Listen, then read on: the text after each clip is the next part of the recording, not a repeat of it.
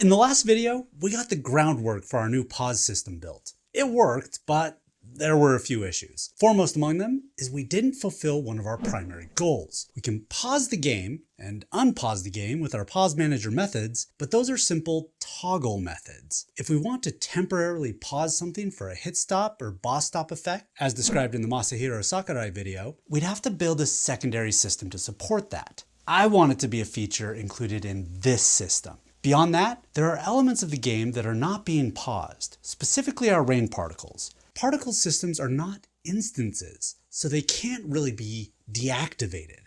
We'll have to come up with another solution if we want to pause them. But before we go from this to this, I want to restate some of the concepts and GML features I'm going to be using in this video that you should be comfortable with. They include everything covered in the last video and the GM anatomy on code execution order, structs, advanced array functions, and constructors with bonus points for being familiar with the Fluent interface pattern. If you aren't comfortable with any of those things, that's fine. You can still watch, but I'm not going to take time to explain them in detail as I use them. But if you have questions, definitely hit up the GM Discord server and ask about anything confusing. All right, let's tackle that first problem. I want it so that when my character gets hit, it freezes the whole game for a set amount of time. The place to do that is in my object player step event. Now, this guy is not written very well, and I plan on fixing up his finite state machine in a future video, but for now, I have a spot that runs some code that I expect to happen when he dies. Just like in the last video, I want to write this code as if the feature I'm about to write already exists. How would I want to use it? In this case, I want to pause the game, but just for like a second. So I can write object pause manager.pause tag pausable, and then pass in a second argument for how long I want it to last. Let's go with 60 steps. Obviously, pause tag doesn't currently accept a second argument. So let's go fix that. Over in the pause manager's create event, we can update the pause tag method to accept an optional second argument for the length of the pause. But if it's optional, what should it default to? We need a number that can represent an indefinite pause. We could use something like undefined, but then we'd have to check if it's undefined or not later. So I do want it to be a number. You should never be able to pause for a negative amount of time. That wouldn't make any sense, which means we can use a negative number to represent our indefinite pause. Let's default this argument to -1. Since pause tags calls pause object, we just need to pass this argument in when we call it. And then we can jump over to the pause object method and continue from there. Here we need the same optional argument. Currently, we just push the object index or instance ID directly into pause queue, but that's not enough anymore. We need both arguments pushed into the pause queue. We can use a struct literal to group both arguments together in the array. And that's our methods updated. Unpause will continue to take just a single argument. It doesn't really make sense to add a length to when the instance should unpause. We've already done that with the length argument in the pause method. So let's head to the drawGUI end event and update how we handle the pause queue. As we loop through the queue, we use a with statement to execute code on every element in the queue. But our elements are no longer just IDs. So I'm going to pull the elements out into a var called toPause, and then we'll with our object element. Inside the with, we still want to pass this instance ID, but we also need the length of the pause. Guess we need another struct. This struct is going to function as a sort of countdown timer as long as the object remains paused. So I'm going to call that property timer and assign it to the length from our toPause struct. That's the pause queue updated. Do we need to do anything with the unpause queue? Yes. Previously, we were using array_getIndex to find an ID in our PausedElements array, but that array no longer just holds instance IDs. Now it's a struct with an instance ID and a countdown timer. So we need to update this code to use array findIndex. And if we find it, we delete it like normal. All right, now the main event, the actual pausing of our elements. What is in PausedElements has changed, so we need to respect that. Let's pull our element out of the array and store it in a var for easy access. Now we need to work with our timer inside our element. We'll decrement it by 1 and then check if it's currently 0. If it's 0, that means it was 1, which means it was counting down and should be a length-based pause. And if it's 0, we're done. So we'll just cue the object to be unpaused and then continue the for loop, skipping the deactivation of this instance. If we aren't done, we need to deactivate the instance. There's one last thing we need to change before we can test. We just need to go to the pre-draw event and make sure we use our element ID when we activate our instance. Okay, time to test. Let's run the game and try just a normal pause to make sure we didn't break that. And of course we did. We forgot about instance exists paused. Well, I did. This isn't your fault as much as I want to blame you. Really regretting setting up my game over screen like this. But let's go fix it. So we aren't dealing with just IDs anymore. We are dealing with elements, so let's rename the var real quick. Elements have their own instance IDs, and those IDs have object indexes. So let's use those when we are making these checks. That should fix it. Okay, normal pause works. Now what about our 1 second stop on death? Nice, that seems to work great. Before we move on to the next section, I just want to preface it with a little disclaimer. All tutorials suck in one way or another. Games are complicated, and I write these tutorials using an example project that definitely doesn't work the same way your game works. Like, at all. You have inventory systems, dialogue systems, chunking systems, maybe you use the physics engine. Who knows what else? It's impossible for me as a tutorial creator to predict all possible situations where this pause system will not work correctly. So what we are going to do next is solve 2 very different problems, and hopefully they will inspire you to further enhance this system to fit the needs of your project specifically. And the reason this is mostly going to suck is because I've already written this tutorial like 3 times using 3 very different approaches.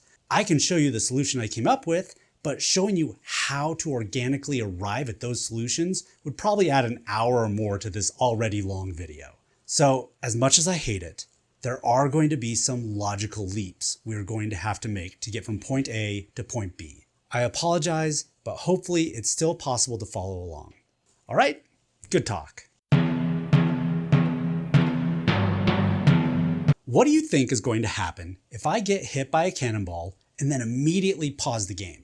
What should happen when I unpause? Well, what I want is that after I unpause, I get my hit stop, you know? Everything on screen should stay frozen for about 60 steps and then resume. Of course, when I unpause, everything is going to resume immediately because we haven't built any system that can pause any one instance for more than one reason. You are either paused or unpaused, full stop. As soon as we unpause, it's going to indiscriminately remove objects from our paused elements array based solely on their ID. How can we possibly solve a problem like this? The solution could get insanely complicated. And this isn't just because of this system. These same sort of issues can happen with any pause system that supports pausing an object for different reasons. To help share the load of this complexity, we are going to need whatever is in our paused elements array to be much more self-sufficient. So we're going to convert it from being a struct literal to a constructor. I'm going to create a constructor called PausedElement, and this will replace the struct literal we currently have in our paused elements array. The struct we were using had an ID, so we'll definitely need that passed in. It also had a timer element, but that's the crux of the entire issue. A single timer isn't enough. For any one instance that is paused, it can be paused for multiple reasons. So instead of one timer, we are going to need an array to keep track of all pauses acting on the instances right now. I'm going to call that array pauses. So the whole purpose of this constructor is to manage the stack of pauses. And I use that word intentionally, stack. A stack is a type of first in, last out structure that is found in most programming languages. You've heard of a Stack Overflow, I'm sure. It's a list that you put things on top of and take things off the top of, like a deck of cards sitting on a table. There's even a specific data structure called a stack built into GameMaker. But we only use data structures when we absolutely have to these days, and there are functions built right into arrays so that we can use them like stacks. Since we are treating our pauses like a stack, that means we will only ever be resolving one pause at a time, the one on top of the stack, the most recently added one. So if we pause the same object 3 times, once for 5 frames, again for 10 frames, and yet again for 15 frames, we'll resolve these in reverse order, staying paused for 15 frames, then 10, then the last 5. This will solve the specific issue we want to fix. I pause for a hit stop, and then pause indefinitely for the pause screen.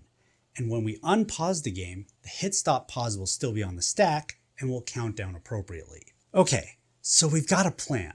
Let's build it. We need a way for pauses to be added to the stack. So let's give this constructor a static function for adding new pauses. We use array_insert to add the new element to the array at the top and then return self. The return is so we can use the Fluent interface pattern. I'll point it out when I do it. If we can add to the array, we probably need to be able to remove from the array.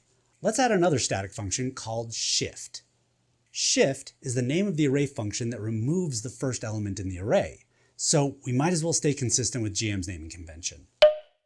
Having a function just to call a built-in function seems silly, obviously, but we'll be back here, I promise. Okay, let's take a little break from our constructor and start using it in the actual pause manager.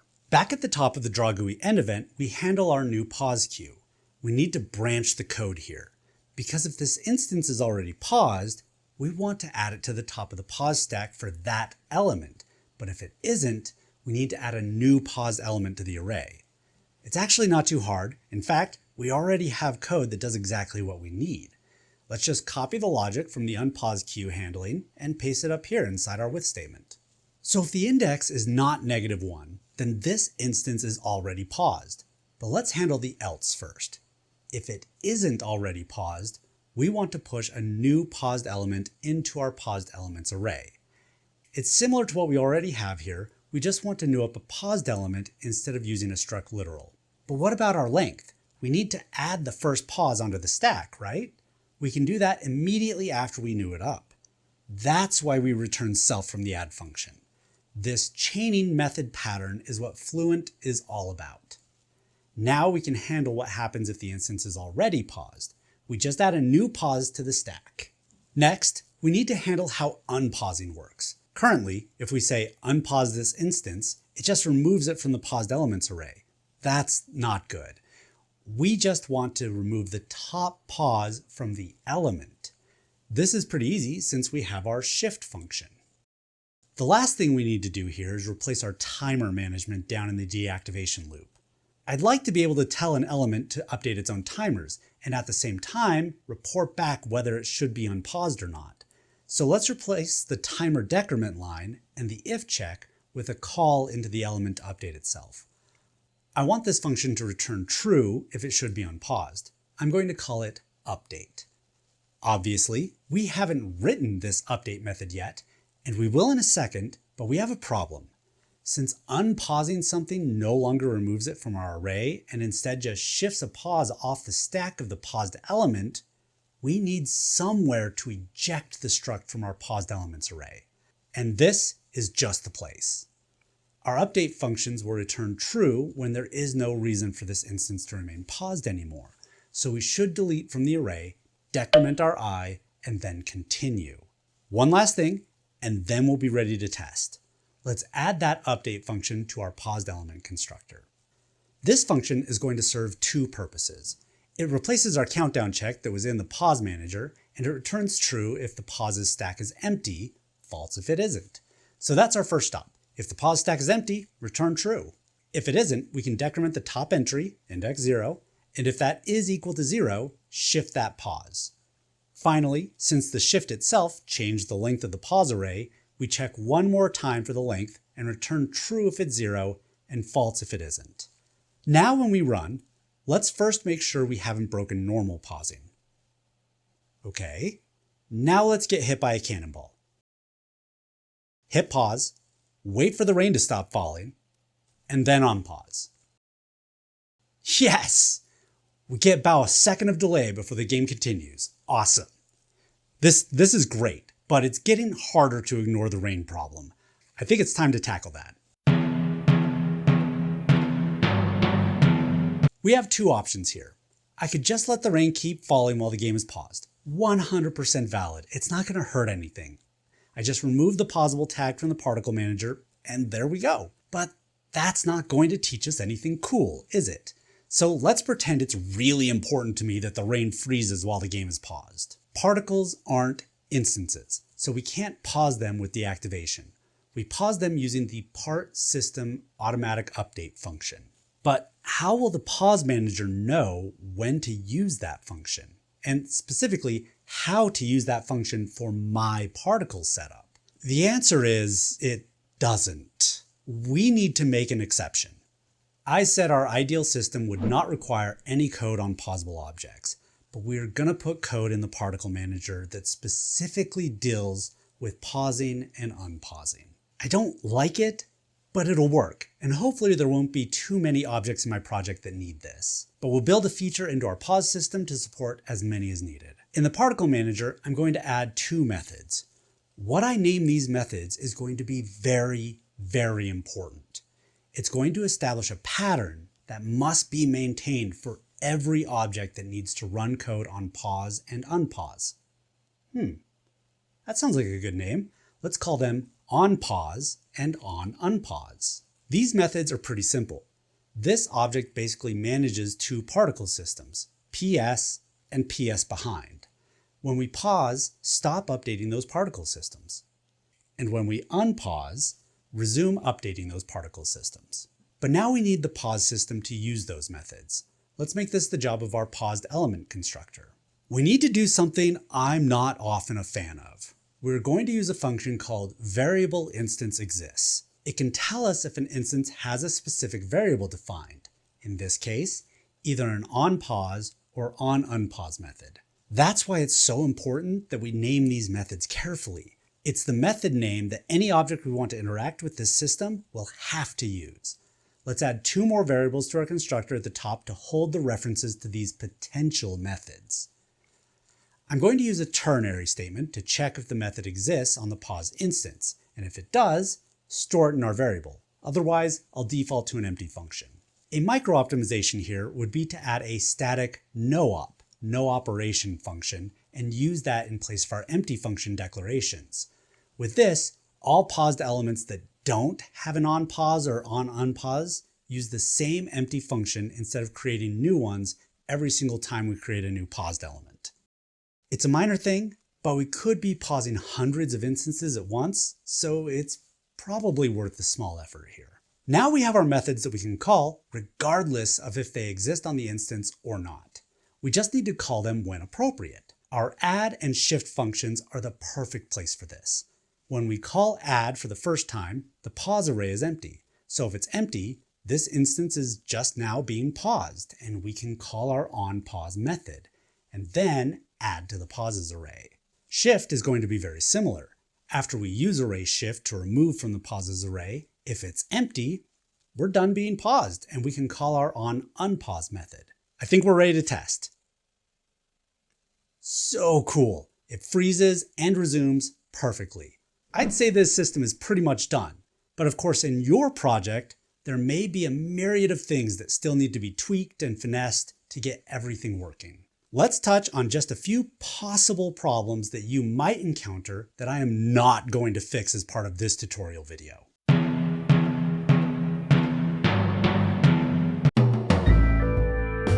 So the first possible problem is actually present in this project. If you look at the water in the background, it's still shimmering even while paused. If I wanted that to freeze as well, I'd need to use layer background speed to stop the animation and resume it, probably using some sort of manager instance and our onPause, onUnpause methods, just like our particle manager. If you're using a layer effect like the one featured in the Windy Woods template, I am not aware of any way to pause and resume that effect. So you'll either have to be okay with those continuing to do their thing while paused, or recreate the effect using a system that can be paused. Full disclosure, I don't know anything about sequences. It's a feature that was added to solve a problem I, as an old man GM user, had already solved in my own way. And the way sequences solves that same problem is not appealing to me. So if you need to pause a sequence, I can't help you, but maybe someone in the GM Discord can. One of the more complicated problems I ran into when using this system is when using it for hit stop during a melee combo attack. Both the attacker and target get frozen for about 10 frames on contact. It looks and feels awesome. But if the player hit the attack button again during the hit stop to continue the combo, well, the player object was deactivated in the step event. The button press was ignored and the combo was dropped. I don't want to move my input reading to a draw event. That feels really gross. I could have all input be tracked in a non-pausable manager object and then just have the instance ask that object when they need input, or we can follow our already established pattern. We have an onPause and onUnpause. What would a while paused function look like? How would we hook that up? Just something to think about. We're dotting into instances in a few places, and that's pretty reckless. That instance may have disappeared for any number of reasons, and if we try to access it and it doesn't exist, we crash. It would probably be prudent to go through our code and add some if instance exists as necessary, just to be more careful. This entire system is sort of predicated on you coding your game properly. If you have made the mistake of putting things that belong in step events in your draw events, a somewhat common beginner mistake, especially when creating complicated UI, then you are going to have a bad time. You may have to refactor these objects so that logic you don't want to update when paused always lives in a logic event, and only drawing related code remains in your draw events. Before I wrap up this video, let's go over all the code we've written as part of this series just to see where everything landed, and as a nice reference if you need to come back to compare against as you are following along in your project. Some of the refactoring I'll be doing is just personal style preference, and you shouldn't feel obligated to copy it if you don't like it. Starting in the Pause Manager's Create event, we have our 3 arrays and our 4 methods. I'm pretty happy with this and don't feel they need to be refactored at all. The pre-draw event is what activates our paused instances so they can draw themselves during the draw events. I don't like having code just hanging out in an event. I prefer to have it call an appropriately named method so it's more clear to me what my pre-draw event is actually doing. So I'm going to move this into a method real quick and call that method in the pre-draw event. The drawGUI event has a similar issue. Lots of individual processes just dumped in this event. I'm going to move each into their own method, just like we did for the pre-draw event. We also wrote our PausedElement constructor, which I'm pretty happy with. There's the instance exists pause script, which, if I'm being honest, I wish I didn't need in this project. And if I were serious about making this an actual game, I would definitely refactor my death and game over detection to not rely on instance exists. I would recommend you do the same. Finally, we have the code in the various objects. Our pause screen that listens for the escape key to pause the game. The pause tag call in our player when it gets hit by a cannonball. And the onPause and onUnpause methods in our particle manager to handle the rain. If you like this video and want to see more like it, be sure to like, comment, subscribe, and all that junk. You can also support me on Patreon if you want. If you have any questions or just want to hang out with other GameMaker users, I recommend joining the official GameMaker Discord server. There's a link in the description. Thanks for watching. Now go make something awesome.